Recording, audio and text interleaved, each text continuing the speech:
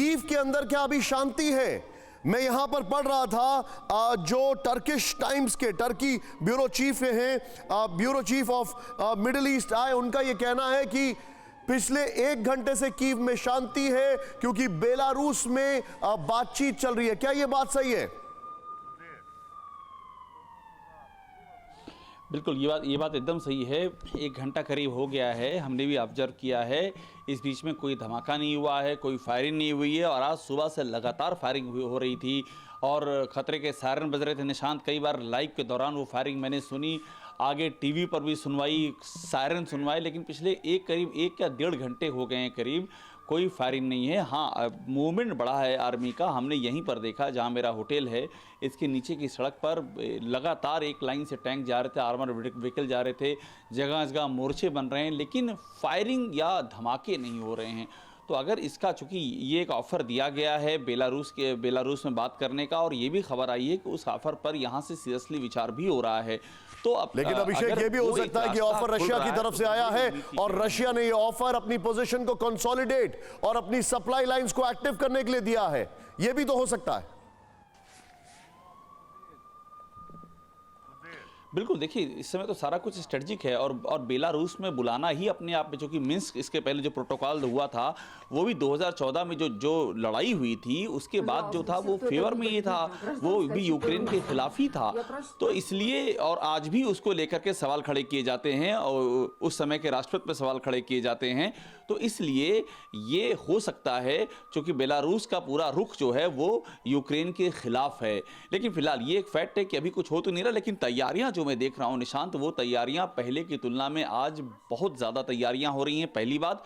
दूसरी बात, सड़कें एकदम सुनसान है, कोई मूवमेंट नहीं है, लोगों को घरों के अंदर कैद कर दिया गया है बाकायदा। जैसे मैं अपने होटल का आपको हाल बताऊं, यहाँ सब लॉक कर दिया गया है, कोई बाहर निकल नहीं सकता है।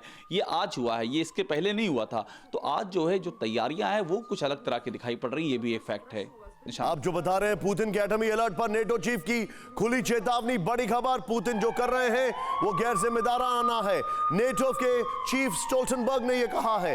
ये बहुत बड़ी खबर है। मैं सीधे चलूंगा यहां पर, आंचल सर मेरे साथ हैं। आंचल सर, मैं आपसे ये जानना चाहूंगा, बहुत शार्प रिएक्शन में लेना चाहूंगा, अभी के जो हालात हैं, इन हालात में बातचीत एक तरफ चल रही है, नेटो ने अपनी सप्लाई लाइंस वेपन्स की खोल रखी है, क्या ये समझा जाए कि जो मिशन था रशिया का, 1 दिन 24 घंटे 48 घंटे, वो मिशन में तो ऑलरेडी फेल हो चुके हैं, लेकिन अब उनके सामने इससे भी बड़ी चुनौती आ चुकी है?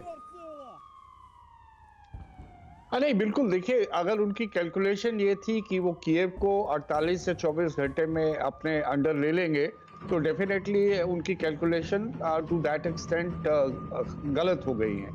और इस बीच उक्रेन को पूरी मॉरल, डिप्लोमेटिक, पॉलिटिकल, इकोनॉमिक और डिफेंस असिस्टेंस जो है वो लगातार आ रही है, जिससे कम से कम उक्रेनियन लीडरशिप का और वहाँ के लोगों का जो एक कह रहे हैं कि हिम्मत और हौसला बढ़ा हुआ है कि हम आसानी से जो है रशिया के सामने सरेंडर नहीं करेंगे।